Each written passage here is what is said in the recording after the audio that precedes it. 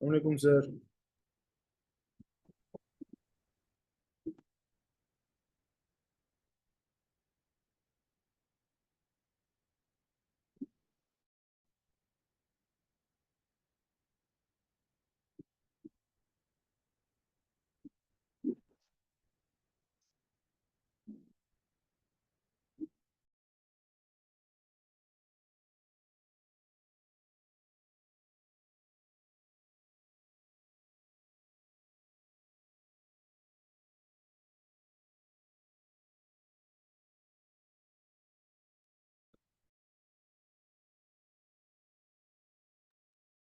Assalamu alaikum. Okay, ji, we were doing statistics and data analysis. So उसमें mean median mode भी आता है statistics में, जो कि आप लोगों को उसके बारे में ऑलरेडी आइडिया है कि what is mean median and mod. ये फैन ऑफ कर दें वाले।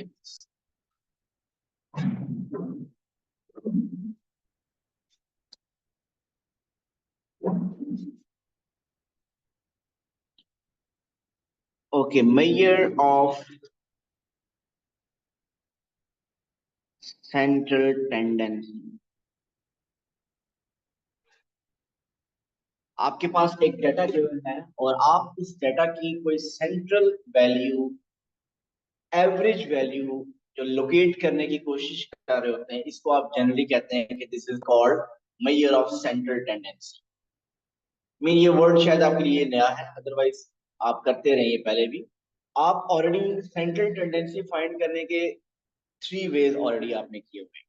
And what are those three ways? One is mean, second is median, and third is mode. These three are the three ways to find the central tendency. Mean भी आप एक average होती है, median, mod, आप सबको इसके बारे में आइडिया है कि क्या होता है। मीन किसी भी डेटा की एवरेज होती है। मीडियन क्या होता है? What is median? It's middle value only. It's median middle value of arranged data. अगर आपके पास डाटा अरेंज हुआ है तो उसकी जो मिडिल वैल्यू होगी उसको हम मीडियन कहते हैं। अब वो अरेंज इंक्रीजिंग ऑर्डर भी हो सकता है, it can be decreasing order. Okay, what is mode? Most common, most frequent, most repeated value, ऐसे ही है। इस तरफ पे आ जाए। अब आपको जब भी कोई डाटा गिवन होता है और आप उसकी कोई, आपकी उसके बारे में, उस डाटा के बारे में अपना एक एनालिसिस करना चाह रहे हैं कि वहां पे, अब वो कह सकते हैं कि एक किसी एक क्लास के मैथ का रिजल्ट भी हो सकता है। आप उस मैथ में कि क्लास में 50 स्टूडेंट्स हैं, 50 स्टूडेंट्स का रिजल्ट आया, आपने उनका रिजल्ट देखा। आप एक उस क्लास की एवरेज सेट करना चाह रहे हैं, आप देखना चाहते हैं कि ओवरऑल रिजल्ट कैसा है। तो आप ओवरऑल रिजल्ट कैसा है उसके लिए आप इन मेजर ऑफ सेंट्रल टेंडेंसीज में से मीन, मीडियन एंड मॉड किसको यूज करेंगे, जिससे आपको पता चल जाएगा कि what is the best score of this class. Best score, what is the overall score of this class. तो आप क्या यूज करेंगे? आप मीन यूज करेंगे। तो द थिंग इज, मीन में आप एवरेज कैलकुलेट करते हैं। सो एवरेज कैलकुलेट करते हैं तो जब भी आपके पास कोई डाटा होता है, जनरली अगर बात की जाए, out of these three central tendencies which one is best to use? Mean. तो कोई भी एक डाटा गिवन हो तो उसके बारे में आपने आइडिया लगाना हो, कि उसका ओवरऑल एक एनालिसिस करना हो, तो आपके लिए best way is mean. What is second best? Median.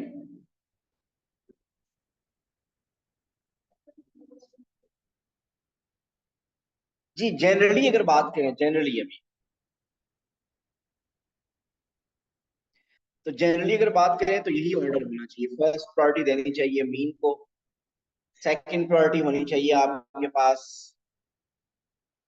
Median को, एंड थर्ड प्रायोरिटी होनी चाहिए मोड। ऐसे ही है ना? लेकिन ये हमेशा होता है क्या ऐसा? आपके पास डिफरेंट डाटा क्वेश्चन पेपर में दिया हो सकता है, और आपसे पूछेगा कि इसमें सबसे बेस्ट सेंट्रल टेंडेंसी क्या है, मीन है, मीडियन है, या मॉड है। तो आपको मैंने बताया कि जनरली अगर आपको कोई इंफॉर्मेशन नहीं है डाटा की, तो आप ये कहोगे mean is the best way to describe the data. The second best way is to describe the data is median. Third best way is to describe the data is mode. ये general discussion है, लेकिन ये very करती है। Mean की अच्छी बात क्या है, पॉजिटिव बात क्या है? अगर सबके में कोई आपको कोई एक नेगेटिव और एक पॉजिटिव पॉइंट बताएं सबका, तो क्या होगा? सबसे मीन की अगर बात करें, इसका पॉजिटिव पॉइंट क्या है?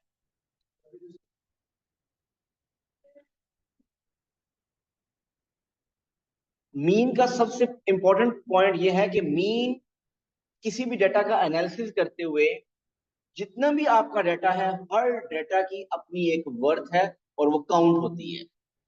ऐसे ही है ना? मीन आप जब आपके पास 100 वैल्यू है, तो आप मीन कैसे करते हो? सब 100 वैल्यूज को ऐड करते हो, 100 से डिवाइड करते हो। हर वैल्यू का इम्पैक्ट होता है, हर वैल्यू मैटर करती है। वो स्मॉलेस्ट है या लार्जेस्ट है या मिडिल में है, हर वैल्यू का इम्पैक्ट आ रहा हो। So every data is valuable, is important in mean. Median में क्या होगा? Only the middle value is the most significant number. उस मिडल वैल्यू के राइट पे क्या डेटा है, लेफ्ट पे क्या डेटा है, उसका कोई रोल नहीं। ये ऐसे ही है ना? ये इसका इसका ये नेगेटिव पॉइंट है अगर देखा जाए तो। मीडियन में अगर आप डाटा का एनालिसिस करते हो और कहते हैं कि what is the best description, और आप मीडियन यूज करते हैं, तो मीडियन सिर्फ आपको मिडिल वैल्यू, जो भी मिडिल वैल्यू है वही आपकी आपकी बेस्ट डिस्क्रिप्शन होगी। तो इसका नेगेटिव पॉइंट क्या है कि इससे बाकी वैल्यूज को कोई वर्थ नहीं मिलती। जो बाकी वैल्यूज हैं, जो मीडियन के लेफ्ट और राइट पे हैं, उनकी कोई इंपॉर्टेंस नहीं है। वो नंबर 6 है, 8 है, 20 है या 100 है, उसकी कोई इंपॉर्टेंस नहीं है। Only the important value is the median value, the middle value. और मोड का पॉजिटिव पॉइंट क्या है कि इट्स इजी टू कैलकुलेट। ऐसे सबसे बड़ी फौरन से आप देखो डेटा, आपको पता चल जाएगा what is the mod of this data, mean सबसे ज्यादा वैल्यू रिपीट हो रही है। अगेन इसमें भी क्या है, इंपॉर्टेंट बात वही है जो सबसे ज्यादा रिपीट हो रही है। बाकी नंबर जो रिपीट नहीं हो रहे, दे आर इनसिग्निफिकेंट। अब अक्सर आपका क्वेश्चन ये भी होता है कि कोई एक डाटा गिवन हो और आपसे पूछा जाए, बताइए कि out of mean, median and mod, आप इस डाटा को बेस्ट डिस्क्राइब करना चाहते हैं, तो आप मीन फाइंड करेंगे, मीडियन फाइंड करेंगे, या मॉड फाइंड करेंगे? मैं कोई एक एग्जांपल देता हूँ। जनरली क्या होता है, जनरली तो मैंने आपको बता दिया है।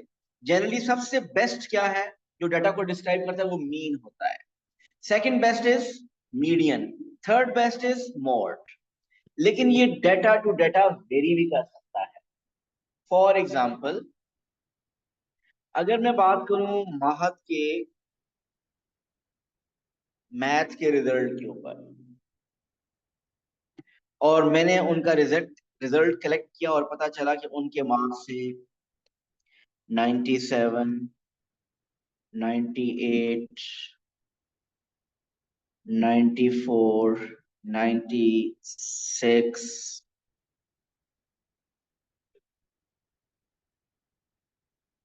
98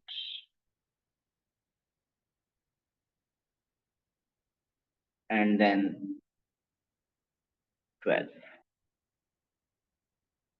ये महज के 1 2 3 4 5 6 टेस्ट हैं उनके, मैथ के टेस्ट।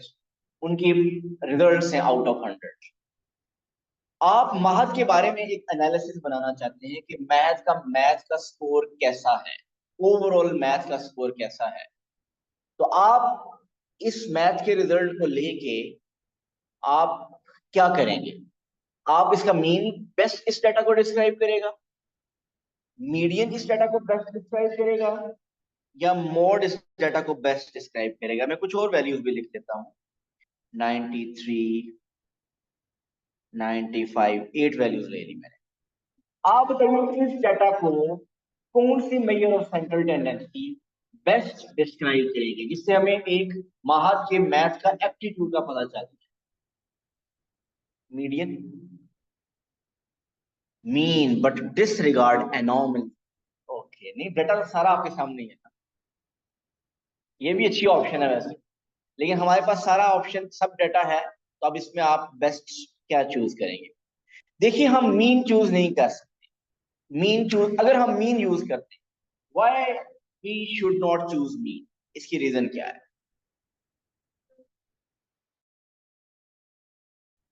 देखिए सॉरी, देखिए अगर हम अगर आप यूज कर लिया, मीन डिसाइड करनी है। अगर आपने आंसर दे दिया कि mean is the best description, तो फिर मीन में आप ये नहीं कहेंगे कि यार उस 12 को निकाल के आपने मीन फाइंड करना है, तो मीन तो फिर सब पे ही होगा। तो मीन अगर,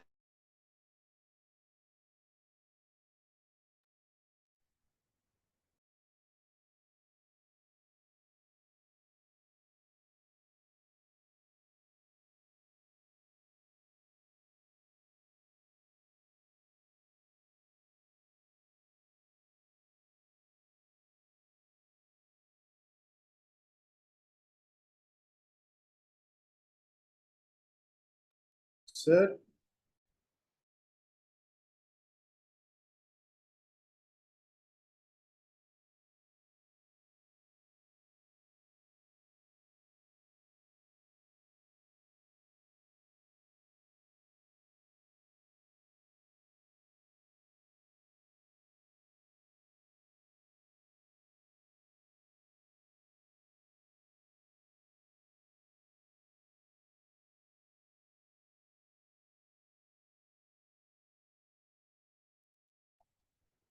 sorry I got disconnected. So we were discussing here कि in this type of data, mean is not the best description of this data. अगर आप इन सब वैल्यूज का मीन लें, तो मीन मार्क्स जो महत के आएंगे वो कहीं 77, 78 पे आ जाएंगे। हालांकि आप डाटा को देख के बता सकते हैं कि ओवरऑल महत के मार्क्स हमेशा 90 प्लस रहे हैं। वो 12 कोई एक सेपरेट केस हो सकता है, उस 12 में कोई भी प्रॉब्लम हो सकता है। हो सकता है कि उस टेस्ट की वो प्रिपरेशन किसी भी मिसहैप होने की वजह से वो नहीं कर सके, या ड्यूरिंग एग्जाम उनको हेडेक स्टार्ट हो गया और वो कुछ भी नहीं कर सकते, मीन कुछ भी प्रॉब्लम हो सकती है। बट आप यहाँ अगर मीन यूज करेंगे तो मीन उनका कहीं 70s में आ जाएगा उस 12 की वजह से। 70s में या 80 के क्लोज होगा, बट वो भी एक इस डाटा की अच्छी डिस्क्रिप्शन नहीं होगी। सो मीन क्यों नहीं होगा अच्छा डिस्क्रिप्शन, इसका मतलब क्या हुआ, किस डाटा में mean is not the best interpretation of the data. वो डाटा जिसमें कोई एक वैल्यू, जिसको अभी मोइज ने कहा एनॉमली वैल्यू, मीन कोई एक वैल्यू जो कि बहुत लार्ज हो जाए या बहुत स्मॉल हो जाए। ठीक है, this is called the outlier. कोई एक डाटा होता है जिसमें सॉर्बिट, इसको हम आउटलायर कहते हैं स्टेटिस्टिक्स में। तो ये डाटा जो ओवरऑल बाकी वैल्यू से बहुत डिफरेंट होता है, बहुत छोटी वैल्यू हो या बहुत लार्ज वैल्यू हो, ऐसे केस में mean is not the best description of this data. अब बात आ गई मीडियन एंड मॉड। आपके पास रीजन होनी चाहिए। आपने मीन का कहा ना, mean is not the good option. उसकी रीजन क्या है, because of anomalous data, because of the number 12 which is very small as compared to the other set of data. So mean हो गया, रिजेक्ट हो गया। अब मीडियन और mod में से कौन सा एक्सेप्ट करेंगे, कौन सा रिजेक्ट करेंगे आप।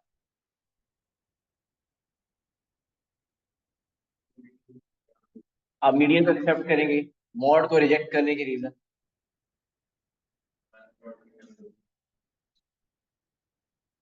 देखिए वो तो जनरल रूल था, तो वो जनरल रूल यहाँ फेल हो गया।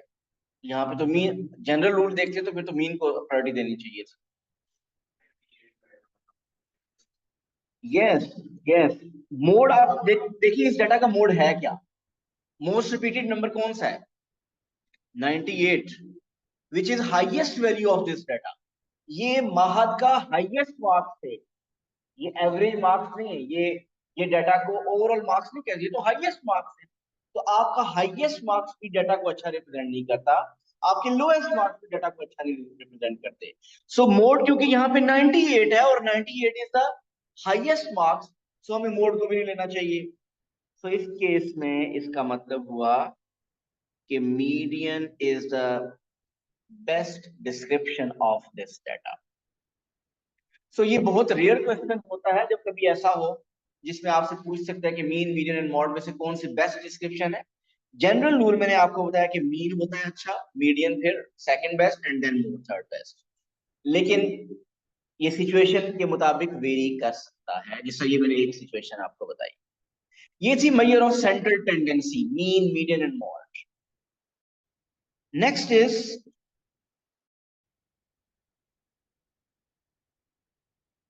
measure of spread. What does measure of spread mean? Urdu में अगर इसकी बात करें तो स्प्रेड मीन फैला हुआ, रेंज भी हो सकती है।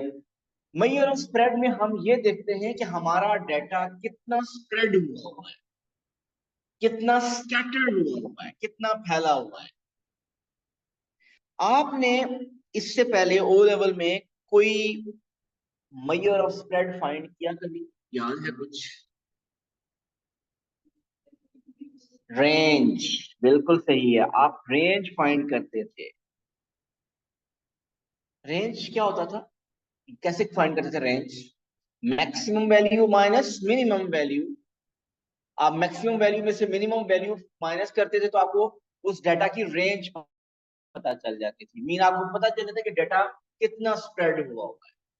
ठीक है, मीन अगर, और इसके अलावा कोई और मेजर ऑफ स्प्रेड भी किया था आपने?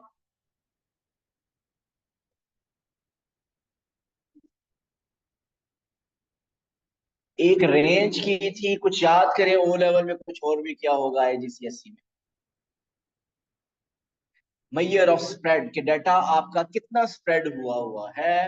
एक मेथड रेंज था और एक और मेथड था इंटरकोर्टाइल रेंज। जी मोइज, यू आर राइट। पहले ये इसको इंटरकोर्टाइल range.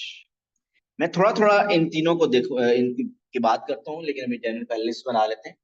So measure of spread find करने का एक मेथड है रेंज, दूसरा interquartile range, and there is third one जो कि वो लेवल में नहीं था, दैट इज स्टैंडर्ड डेविएशन। ये आप लोगों ने नहीं पढ़ा हुआ।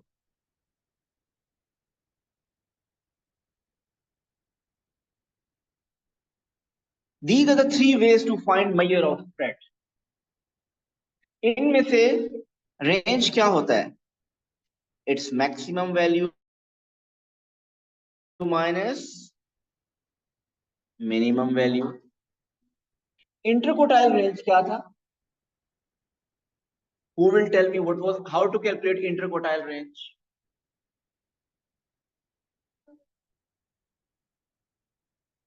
It was upper quartile minus lower quartile. Upper quartile क्या होता था? 75% of the data. Lower quartile क्या था? 25% of the data. So interquartile range was basically upper quartile UQ, upper quartile minus lower quartile.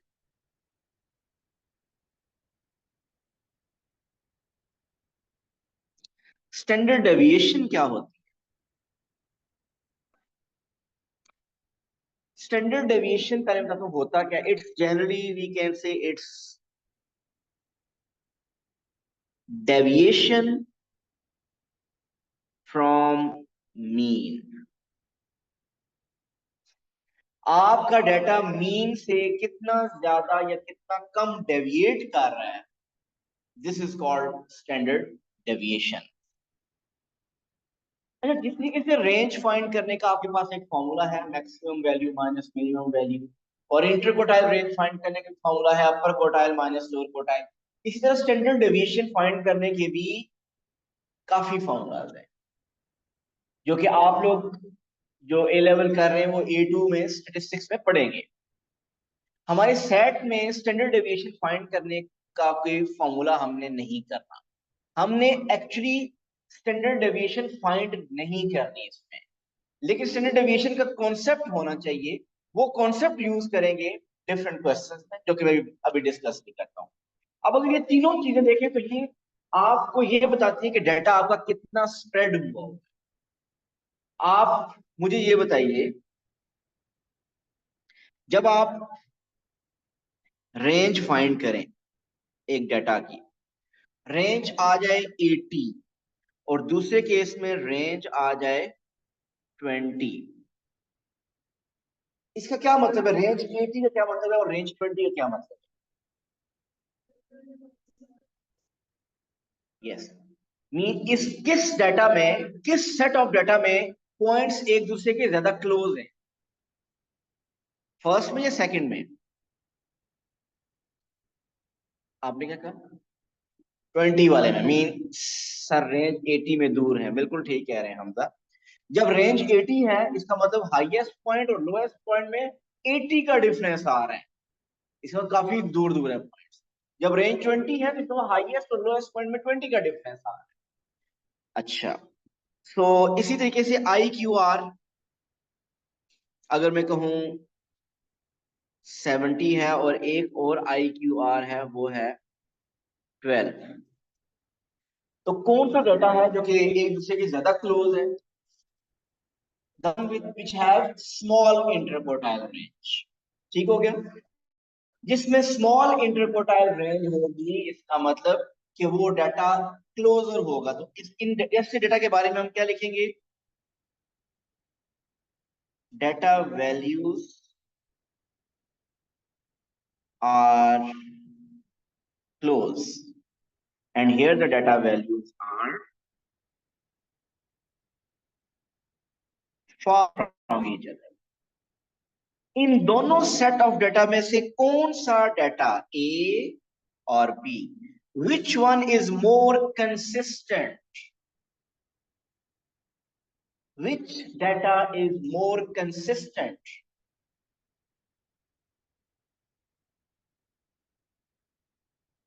ए और बी? बी। ये बात समझ आ रही है? कंसिस्टेंट वाली बात एक एग्जांपल से समझते हैं। Maybe B. आपका क्या नाम है? रोएन।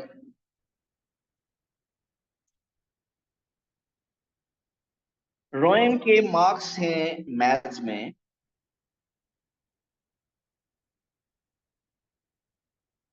70, 80, 90, 50, 20, 30,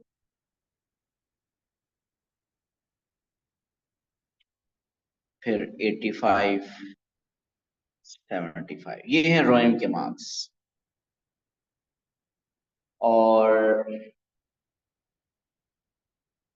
और यहां से लेते हैं हम नसर को। उनके जो मार्क्स हैं वो हैं 19, 18, 20, 21, 17, 18, 19, 20। जी, ये टू सेट्स ऑफ डाटा मैंने लिखे हैं और मैथ के मार्क्स लिखे हैं मैंने रोइम के और हमजा नसर। हमजा बताइए, आप ज्यादा कंसिस्टेंट हैं या रोइम ज्यादा कंसिस्टेंट है? सो हमजा इज सेइंग कि आई एम मोर कंसिस्टेंट। ऐसे ही है ना, कंसिस्टेंट ज्यादा है ना वो। सो आपको इस डाटा में पता चल रहा है कौन ज्यादा कंसिस्टेंट है। मीन हमजा नसर ने डिसाइड किया हुआ है कि मार्क्स बस 20 के आसपास मिल रहे हैं भाई, ये कंसिस्टेंसी लेवल है। लेकिन रोइम कंसिस्टेंट नहीं है, कभी 19 पे मार्क्स ले रहे हैं, कभी 40s में आ रहे हैं, कभी 70s में। So he is not consistent. So who is more consistent? Hamza Nasr is more consistent. So Roem is less consistent. अब मुझे ये बताइए, अगर मैं इन दोनों की रेंज या इंटरकोटाइल रेंज कैलकुलेट करूं, किसकी रेंज ज्यादा है? चलो रेंज रेंज इजी है कैलकुलेट करना। आप बताइए रोएम की रेंज कितनी है? Highest value 90, lowest value 20, 90 minus 20 is 70 range है इनकी। और हमजा नसर की रेंज है highest 21 and least 17। 21 minus 17 is 4। सो इससे ये पता चला वो डाटा जिसकी रेंज स्मॉल होती है वो ज्यादा कंसिस्टेंट होता है, जिसकी इंटर क्वार्टाइल रेंज स्मॉल होगी वो ज्यादा कंसिस्टेंट होगा। सो यहां से इसलिए ये पता चला कि इसी तरीके से, अच्छा तीसरी चीज भी लिख लेते हैं, third one is standard deviation.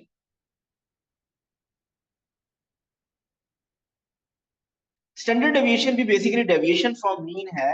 अगर एक डाटा में स्टैंडर्ड डेविएशन 50 है और दूसरे में स्टैंडर्ड डेविएशन 5 है, तो इसका मतलब जिसमें 5 है उसमें डेटा वैल्यूज ज्यादा क्लोज है।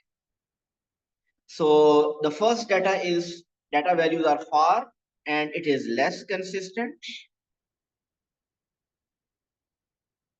and second one is more consistent. Sir standard ठीक है। डेविएशन कैलकुलेट कैसे करते हैं? स्टैंडर्ड डेविएशन आपका इंटरेस्ट उसमें ज्यादा है मेरा ख्याल है, आप स्टैट्स में पढ़ेंगे, सैट के सिलेबस में नहीं है। लेकिन सैट सर के तो सिलेबस में क्या है दोबारा बोले। सर तो ये जो 50 है और ये 5 है, इसका क्या मतलब है? इसका मतलब ये है, अच्छा क्वेश्चन है ये। जब स्टैंडर्ड डेविएशन 50 है, मैंने आपको स्टैंडर्ड डेविएशन बताया होता क्या है। स्टैंडर्ड डेविएशन होती है डेविएशन फ्रॉम मीन। आप मैं एक एग्जांपल ले रहा हूं, ये नेक्स्ट टाइम आपने कैलकुलेशन ली कि सिर्फ मैं आपका एक स्टैंडर्ड डेविएशन का कॉन्सेप्ट सिर्फ बनाने लगा कि एक डाटा मैं लेता हूं, वो डाटा है सपोज 1 2 3 4 10 12 16। ठीक हो गया। कैलकुलेटर में रखोगे, जल्दी से इसका ये मीन बताइए क्या है, इसका मीन क्या है? अभी हमें मीन बताइए।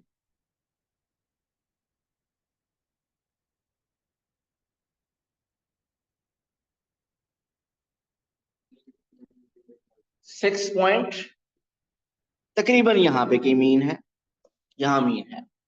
अब आप देख 6.8 आपने शायद बोला, 6.8 मीन है। अब आप क्या करो, हर वैल्यू का मीन से डेविएशन चेक करें। 1, how far is 1 from the mean? 5.8। How far is 2 from the mean? वो है 4.8। 3 है 3.8। 4 है 1.8। 10 कितना दूर है 6.8 से? 3.8, 3.2।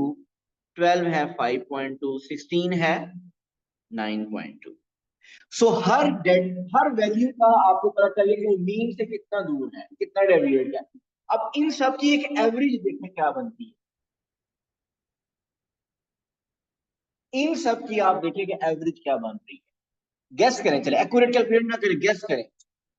4 समथिंग। तो आप अगर इसका 4 देखते हो कि ये जो डेविएशन कैलकुलेट की है, ये मीन से डेविएशन, ये मीन से कितना दूर है ये आपने फाइंड किया है। सपोज ओवरऑल इन सब की एवरेज बन रही है और वो 4 आ रही है, तो आप कहोगे कि this is the standard deviation. So आप ये कहते हो कि ओवरऑल ये जो डाटा है वो मीन से 4 यूनिट्स डेविएट कर रहा है। So on average, your data is deviating 4 units from mean. So पीछे जो एग्जांपल में मैंने एक स्टैंडर्ड डेविएशन 5 लिखा था और 50 लिखा था, आई होप उसका मीनिंग आसान क्लियर होगा। Yes sir. लेकिन याद रखिए आपको कहीं पे स्टैंडर्ड डेविएशन कैलकुलेट नहीं करनी, आपको डाटा को देखिए। ये भी जो कैलकुलेशन की है मैं नेक्स्ट टाइम कहीं नहीं करूंगा, ये सिर्फ आपको स्टैंडर्ड डेविएशन का थोड़ा कॉन्सेप्ट देने के लिए बनाई है। अदरवाइज हम ये नहीं किया करेंगे, हम डाटा को देखेंगे और फिर डिसाइड करेंगे किसका स्टैंडर्ड डेविएशन ज्यादा है और किसकी स्टैंडर्ड डेविएशन कम है। और स्टैंडर्ड डेविएशन ज्यादा का मतलब लेस कंसिस्टेंट, स्टैंडर्ड डेविएशन कम का मतलब मोर कंसिस्टेंट।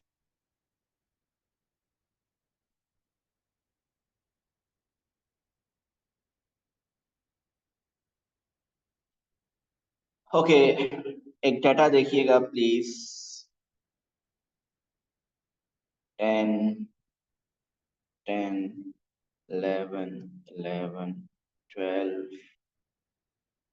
12, 13, 13। एक ही डाटा है। एक डाटा है मेरे पास 8, 9, 10, 11, 12, 13, 14, 15। एक और डाटा है 10, नहीं, 11, 11, 11, 11, 11, 11, 11, 11। This is data A, this is data B, this is data C। आप बताइए, अपने माइंड में डिसाइड कर लें स्टैंडर्ड डेविएशन किसकी कम है किसकी ज्यादा है, starting from smallest to largest. आप अपने माइंड में कीजिए कि smallest to largest standard deviation आपने बताना है। मीन अगर आपको लगता है कि ए की स्टैंडर्ड डेविएशन सबसे कम है तो ए पहले रखेंगे। फिर अगर आपको लगे सी की उसके से ज्यादा है, बी के साथ ज्यादा है, तो ये ऑर्डर बताना है आपने मुझे। मुझे आपने ऑर्डर में बताना है smallest to largest, which data has the standard deviation smallest to largest, compare करना है आपने। कैलकुलेशन कुछ नहीं करनी, इन योर माइंड आप डेटा को ऑब्जर्व करें, answer sir CAB। C A B. जी, सब के जो मैं आंसर सुन रहा हूं वो यही कह रहे हैं, सी ए बी। सब इससे एग्री करते हैं। सी की स्टैंडर्ड डेविएशन 0 है, ऑलमोस्ट 0 ही हुई ना। उसका मीन, इसका मीन भी 11 आएगा। सो मीन से डेविएशन भी 11 ही हो, मीन से डेविएशन 0 ही रहेगी। तो सबसे कम स्टैंडर्ड डेविएशन डाटा सी की है। और बी की थोड़ी सी स्टैंडर्ड डेविएशन। अच्छा, उसके बाद ए की स्टैंडर्ड डेविएशन है क्योंकि उसमें डाटा 10 से 13 के दरमियान आ, और नंबर रिपीट भी हो रहे हैं। और फिर बी की है। आई होप आपको ये बात समझ आ गई। और इसमें सबसे ज्यादा कंसिस्टेंट डाटा कौन सा है? सी। ओके, इससे रिलेटेड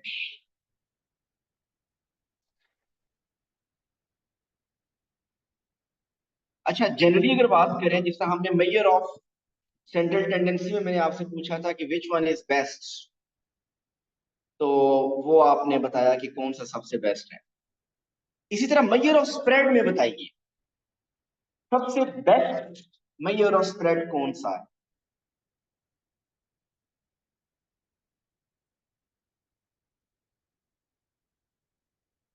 सर स्टैंडर्ड डिविएशन। छा गए हो Affan?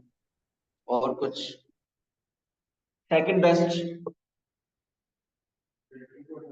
इंटरकोटाइल range, and third one is range.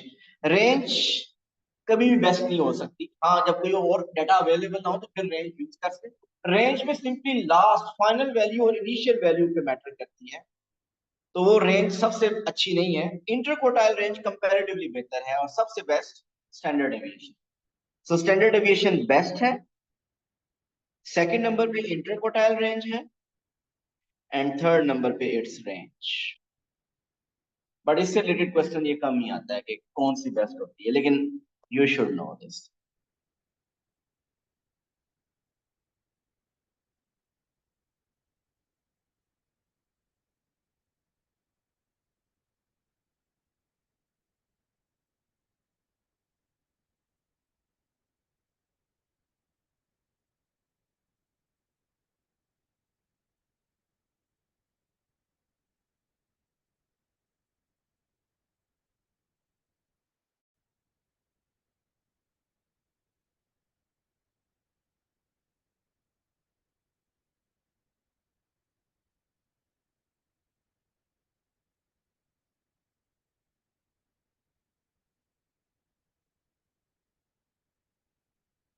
Okay जी, ये एक डाटा है, आप देख सकते हैं।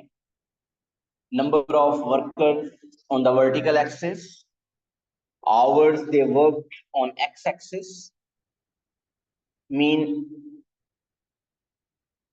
वो वर्कर्स जिन्होंने 10 to 20 आवर्स के दरमियान वर्क किया। How many workers are there? 6। So 20 से 30 के दरमियान कितने वर्कर्स हैं? 17। 30 से 40 के दरमियान भी आप, अगर मैं आपको इसका कहूं कि मीन कैलकुलेट करें, मीन आप लोग जो अभी क्वेश्चन, अब कुछ नहीं करना, सिर्फ सुन लीजिए। अब मीन आप लोगों ने कैलकुलेट किया हुआ है ओ लेवल में, सिंपली अगर सिंपल डाटा हो तो sum of values divide by number of values. अगर वो फ्रीक्वेंसी डाटा है तो कुछ लोगों ने वो फॉर्मूला पढ़ा हुआ है, summation sigma F x over sigma F, mean सब वैल्यूज फ्रीक्वेंसीज और एक्स को मल्टीप्लाई करके, मीन उसमें पर्पस क्या होता है, आप मीन फाइंड कर रहे होते हो, एक एवरेज फाइंड कर रहे होते हो। और इसी तरह मीडियन जब आप कैलकुलेट करते हो, मीडियन में आप मिडल वैल्यू लोकेट करने की कोशिश कर रहे होते हैं।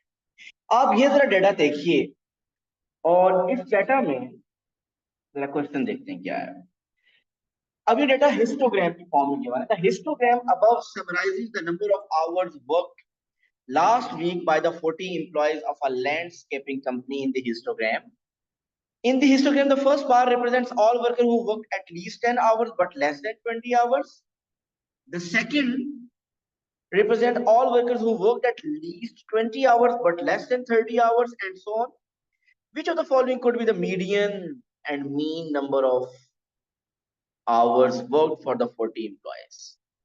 Option A B C D में इन सब डाटा का मीडियन और मीन क्या माना है? आपने ये बताना है कि वो जो ऊपर हिस्टोग्राम दी हुई है उसके मुताबिक विच ऑप्शन इज क्लोजेस्ट, जो उसके मीन और मीडियन को सेटिस्फाई करती है। देखिए, अगर इसकी एग्जैक्ट कैलकुलेशन करना शुरू कर देंगे तो बहुत टाइम,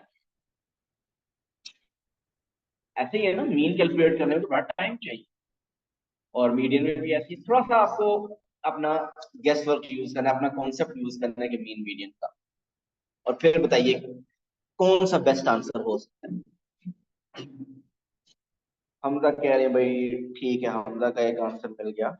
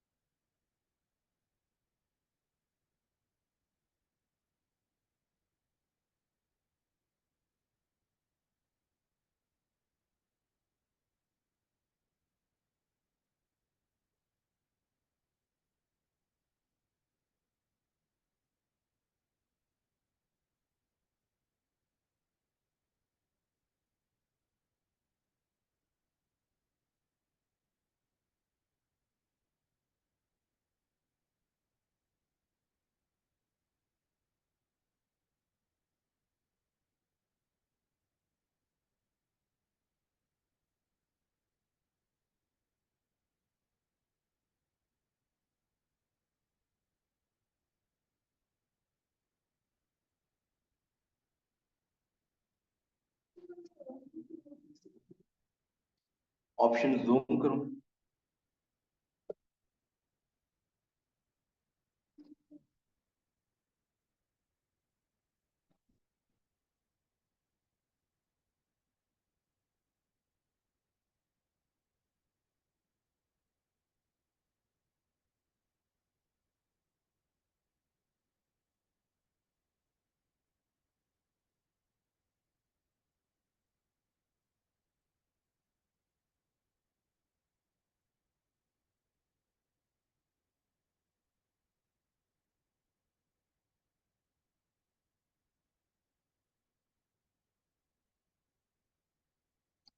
जी आंसर जल्दी से, जिस जिसके माइंड में जो ऑप्शन आ रही है बताते जाए ताकि हमें डिस्कस कर। सी, आपको लगता है सी है, आपको लगता है कि बी है, ओके, आपको लगता है कि ये डी है, राइट। जी, तो इस्माइल।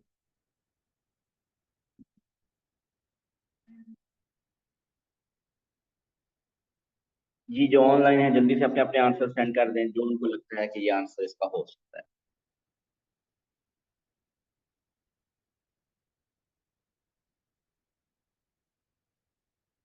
डी, सी और डी।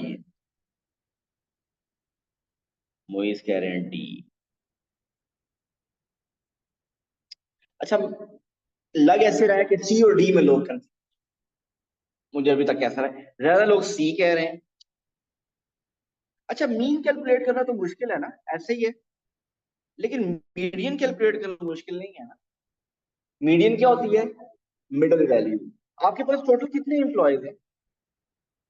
आपको एड अप नहीं करना, क्वेश्चन में गिवन है। अगर 40 एम्प्लॉयज हैं तो मिडिल वाला एम्प्लॉय क्या होगा? Basically 20th employee. आप 20th। अच्छा, यहाँ पे फर्स्ट डाटा में कितने एम्प्लॉयज है? 6। सेकंड में कितने हैं? 17। ऐसे ही है ना, 17। आप बताइए 20th एम्प्लॉय कहाँ पे आ रहा है, किस इंटरवल में आ रहा है 20th एम्प्लॉय?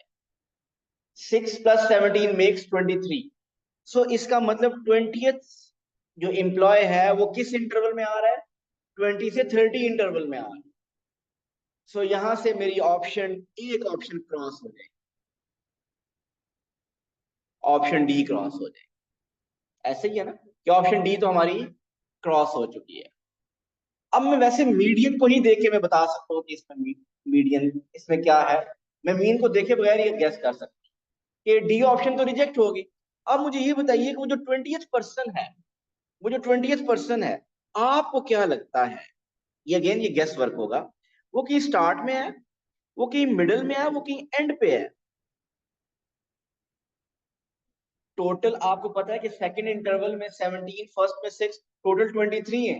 तो जो 20th पर्सन होगा वो वो उसकी वैल्यू 30 से थोड़ी सी कम होगी। अब 30 से कम क्या हो सकती है? 30 से कम 29 हो सकती है, 28 हो सकती है, 27 हो सकती है, 26 हो सकती है। हो तो 24 और 22 भी सकता है, लेकिन यहाँ पे तो गेस वर्क कर रहे हैं ना।